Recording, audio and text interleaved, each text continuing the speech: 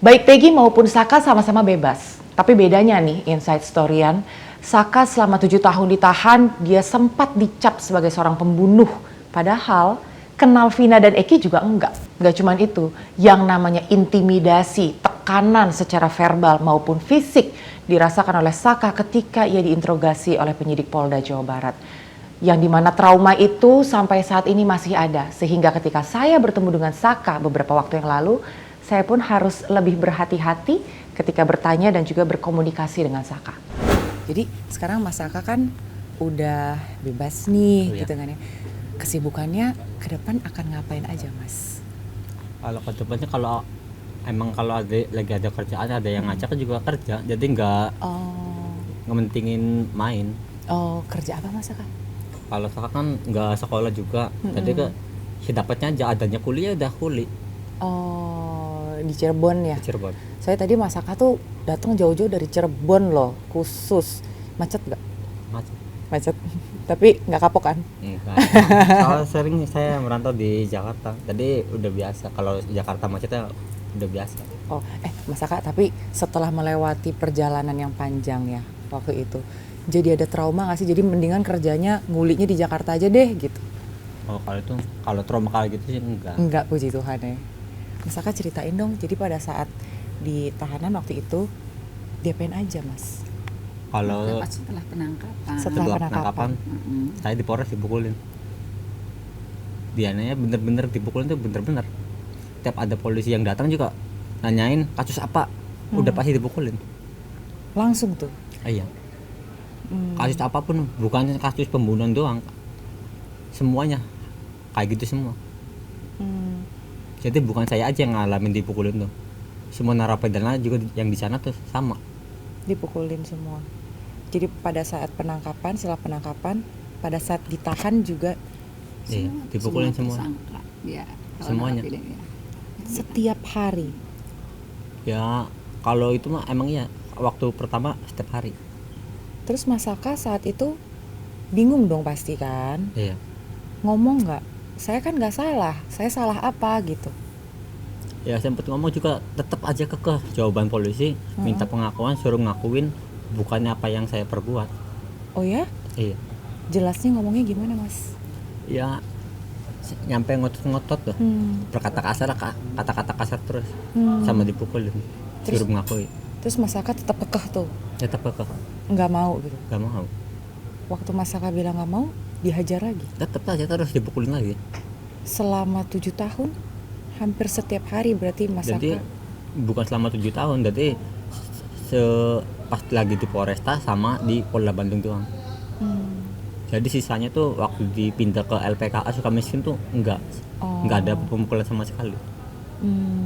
Nah waktu itu kan mungkin Ibu juga bisa membantu menjelaskan juga Ibu ya, pada saat akhirnya hakim ketuk palu dan akhirnya dinyatakan bersalah padahal tidak melakukan hal yang dilakukan itu, nggak ada penolakan sama sekali. Sebenarnya kan di proses persidangan juga Saka kan sudah menyatakan pengaku, tapi dia bahasanya bukan cabut, cabut, dia hanya memang menuliskan apa yang tidak dilakukan. Nah, mengakui karena dipaksa. Ya.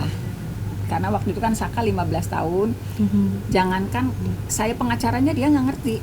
Jadi komunikasinya harus dengan kakaknya dulu, sok ajak ngomong Saka begini baru. Cuman memang waktu itu apa yang dia dituduh seperti itu, harusnya dia tidak mengakui tetapi mendapatkan penganiayaan. Waktu itu sebetulnya bahasanya sederhana, saya dipukuli dan disetrum. Cuma 2 kalimat itu. Disetrum Saka? Iya, setrum. Kalimatnya cuma itu waktu di 2016. Jadi tidak detail seperti ini karena saya juga susah komunikasinya. Iya. Gitu. Jadi sebetulnya sih dulu sudah menyatakan itu, hanya sederhana bahasanya. Saya dianiaya dan disetrum, jadi terpaksa ngaku. Gitu. Karena nggak kuat mengalami intimidasi dan siksaan, ikutin aja deh maunya polisi saat itu ya. Kasian ya, sebetulnya memang nggak manusiawi sih pada akhirnya. Dan ini kan sedang mengajukan PK ya Ibu ya.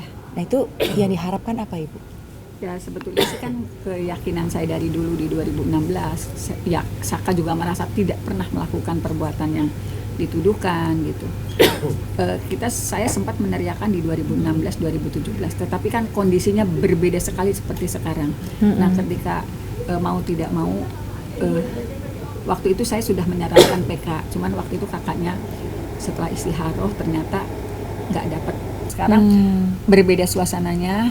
Iya. Apalagi beberapa keterangan yang sudah dicabut, Iya. merasa diarahkan, itu juga kesempatan buat Saka untuk melakukan PK. Kebetulan saya juga mendapatkan novum yang mungkin tidak dimiliki oleh yang lain. Itu novum itu sangat berharga karena di situ nampak dari kondisi yang sebenarnya apa sih yang terjadi gitu. Ya nggak bisa cerita Mbak karena memang sudah ada di memori PK, tapi secara ini saya tidak bisa menjelaskan detailnya kepada media. Dan mudah-mudahan keyakinan saya dan Saka yakin tidak pernah melakukan perbuatan yang dituduhkan dengan memori PK itu. Mudah-mudahan saya sih mengetuk hati semua institusi agar kalaupun ada kesalahan, kekeliruan di masa lalu, mudah-mudahan sekarang tidak lagi terjadi. Iya, sebenarnya ini juga jadi beban saya juga ya, Ibu dan juga Saka, untuk kembali mengorek dan menanyakan hal ini karena itu kan seperti mengorek luka lama ya, dan itu sangat sangat berpengaruh takutnya untuk Saka. Tapi saya sepakat juga dengan Ibu bahwa situasinya saat ini memang berbeda dengan beberapa tahun lalu. Bagaimana gempuran media sekarang begitu kuat gitu kan ya. Kita mengharapkan tentu yang terbaik juga untuk Mas Saka dan juga untuk Ibu. Dan untuk Mas Saka sendiri sekarang ini apakah ada menjalani konseling secara psikologi untuk traumatik atau segala macam, itu ada nggak? Nggak ada ini ya, belum. Saka? Saya sudah komunikasi dengan LPSK. Jadi LPSK paham betul kondisi Saka seperti apa, itu juga sudah ditawarkan. Saya juga sudah mengajukan, apalagi kan menjelang sidang PK juga kan Saka butuh kekuatan. Iya, benar. Cuman memang waktunya belum ketemu, harusnya dijadwalkan besok, tetapi memang masih ada kesibukan LPSK di kota lain, timnya akhirnya Bu nanti dijadwal ulang saja. Sebetulnya harusnya besok sih, cuman memang ada kegiatan yang tidak bisa ditinggalkan. Iya, berarti dengan PK yang diajukan dari pihak Saka ini, Ibu, yang diharapkan apa, Ibu? Yang pasti sih Saka juga ingin meneriakan bukan dia pelaku pembunuhan, pemerkosaan seperti yang tercantum di dalam putusan lalu. Karena kan 340 dan itu sebetulnya yang penting, kemudian juga merehabilitasi nama Saka karena memang kalau peristiwanya tidak terjadi bukan Saka pelakunya. Itu yang kita harapkan sehingga kedepannya kan stigma buruknya kemana-mana Saka pernah melakukan. Saya sih berharap kedepannya juga kehidupan Saka lebih baik, tapi yang terpenting lembaga peradilan saat ini memang betul-betul harus meneliti kembali apa yang kita ajukan. Itu membersihkan nama baik Saka lah ya sebetulnya. Karena viral aja nggak cukup kalau misalnya hati para institusi penegak keadilan tidak tersentuh. Iya. Supaya keadilan bukan cuma berpihak pada mereka yang punya kuasa dan mereka yang punya uang ya, tapi justru untuk orang-orang yang seperti Saka. Tapi Mas Saka sendiri sekarang ini situasinya sudah lebih baik atau kadang-kadang masih suka kebawa mimpi gitu atau apa gitu yang dirasain sekarang apa Mas Saka? Ya kalau Saka sih kalau kebawa mimpi juga enggak pernah. Udah lepas aja ya. Udah lepas aja ya. Oke. Mas Saka sendiri tapi udah sempat ketemu Mas Peggy? Belum. Sama sekali nggak pernah tahu ya? Kenal juga kan enggak kenal. Itu temennya kakak. Enggak seangkatan, bahkan jauh umurnya. Bahkan ketemu juga kan nggak pernah kan ya? Karena kan umurnya Saka waktu itu 15 tahun kan? 15. Tapi memang kan itu dekat, kampungnya dekat kan. Hanya beda blok. Kalau di kampung kan namanya di Cirebon, antar blok pasti walaupun tidak kenal, mungkin ada yang kenal muka, ada yang, tapi kan bukan berarti kenal gitu. Cuman dia tahu anak desa sebelah, biasanya sebegitu. Tapi kalau Saka dengan Peggy angkatannya kan jauh. Udah jauh, iya.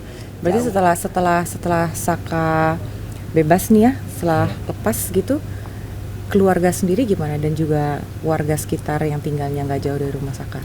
Ya kalau warga sendiri mah emang udah tahu emang kejadian itu tuh emang nggak ada sebenarnya. Jadi warga pribadi saya, jadi tuh udah tahu sebenarnya kayak gimana. Jadi responnya tuh biasa aja, nggak ada ini mantan pembunuh, enggak.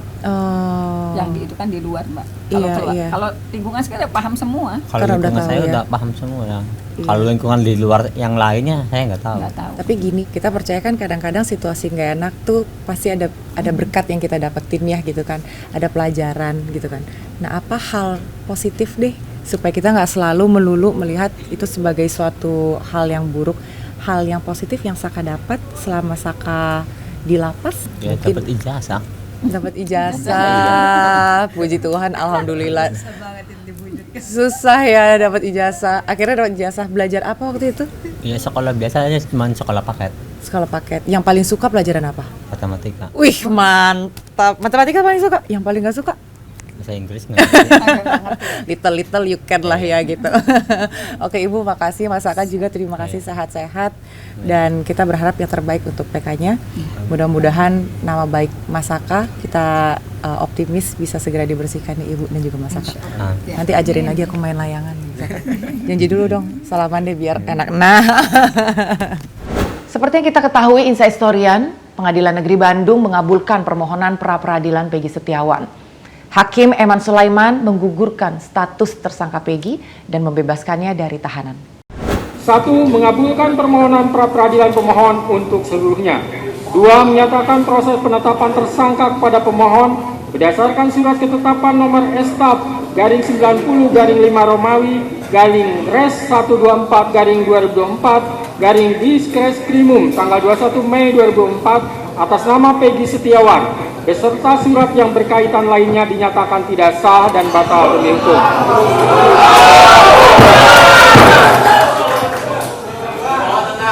Perkara pra-peradilan atas nama saudara Peggy Setiawan selesai dan sidang dinyatakan ditutup.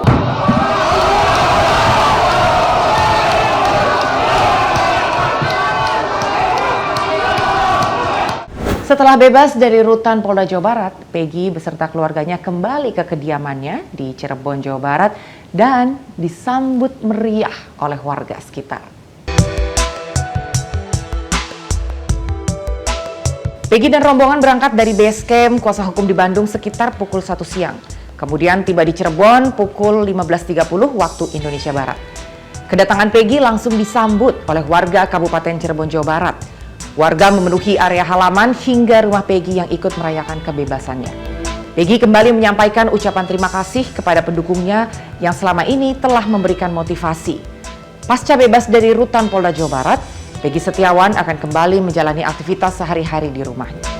Ya, alhamdulillah, rasanya sangat bahagia, tidak bisa diungkapkan dengan kata-kata, apalagi melihat sambutan segitu meriahnya. Ya Allah, sampai nggak bisa berkata apa-apa. Saya mengucapkan banyak terima kasih atas seluruh dukungan warga Simaja, juga warga Saladara, juga Pak Puwu, Pak RT dan Pak Camat, semuanya saya ucapkan banyak terima kasih telah mendukung Peggy Setiawan. Pertama-tama saya ucapkan sangat sangat bahagia bisa sampai kembali di rumah ini, bisa sampai bertemu dengan keluarga besar, orang-orang yang saya sayangi, saya kasihi, dan yang terutama yang memberikan dukungan sepenuhnya sama saya, dukungan moral, dukungan batin, semuanya ini adalah hari-hari spesial untuk saya. Terima kasih banyak untuk semuanya. Berkat doa dan dukungan kalian semua dan pihak keluarga dan semuanya, saya bisa kembali ke sini dan saya bisa kembali melanjutkan mimpi dan cita-cita saya seperti dulu. Terima kasih banyak.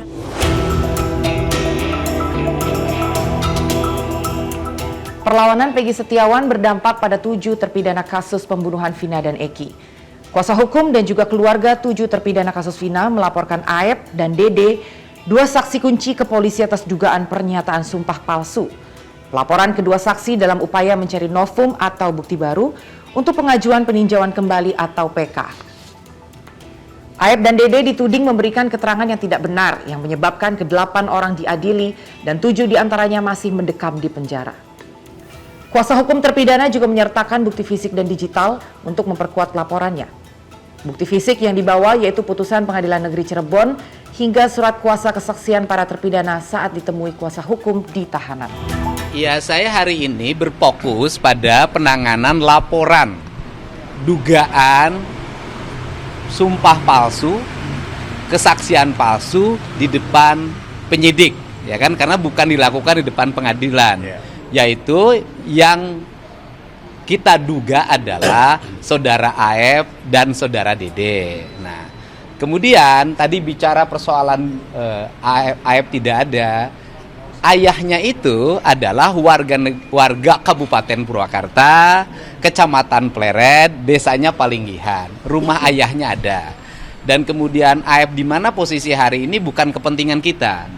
Kepentingan kita hari ini adalah kita berkepentingan bahwa 7 orang terpidana yang masih mendekam di penjara harus punya jalan untuk keluar. Jadi terkait laporan kepada Aib dan Dede, ya kan, atas dugaan memberikan keterangan palsu di bawah sumpah di Polres Cirebon pada tahun 2016 yang lalu, ya. Karena klien kami merasa dirugikan, ya kan, akibat dari pernyataannya yang mereka ini akhirnya mendekam di penjara seumur hidup, ya, 7 orang ini dari 6 orang. Setelah euforia bebasnya Peggy Setiawan, Inside Storyan ada yang menarik perhatian publik, yaitu pernyataan dari praktisi hukum Rasman Arif Nasution yang menyampaikan akan melaporkan Hakim Tunggal Pra-Peradilan Eman Sulaiman ke Komisi Yudisial dan Pengawas Mahkamah Agung. Katanya, Hakim Eman Sulaiman ini tidak paham hukum dan seringkali melampaui kewenangan. Kita tunggu pergerakan dari Bang Rasman. Putusan pra-peradilan yang mengabulkan permohonan tentang tidak sahnya penetapan tersangka, tidak menggugurkan kewenangan penyidik untuk menetapkan yang bersangkutan sebagai tersangka lagi setelah memenuhi paling sedikit 2 alat bukti yang baru dan sah, yang berbeda dengan alat bukti sebelumnya yang berkaitan dengan materi perkara.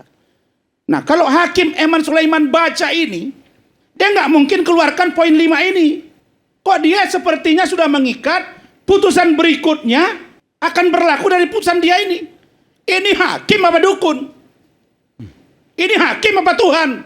Oke. Karena itu tadi kami sepakat dengan beberapa tim akan melakukan perlawanan dan melaporkan Hakim Eman Sulaiman ini ke Komisi Yudisial dan Badan Pengawas Mahkamah Agung. Oke.